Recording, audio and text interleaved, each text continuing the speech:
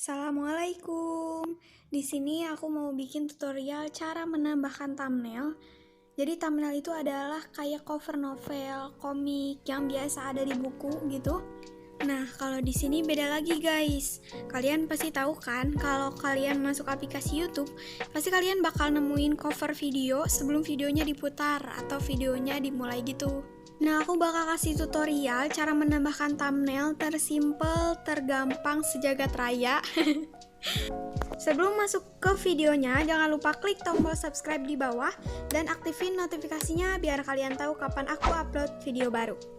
Let's go! Nah, pertama-tama kalian harus punya aplikasi YouTube Studio. Kalian bisa nge-download aplikasinya di Play Store. Kedua yaitu udah pasti YouTube. Dan yang terakhir aplikasi edit fotonya. Guys, aku nggak tahu ini kedengeran apa enggak, soalnya di sini lagi hujan.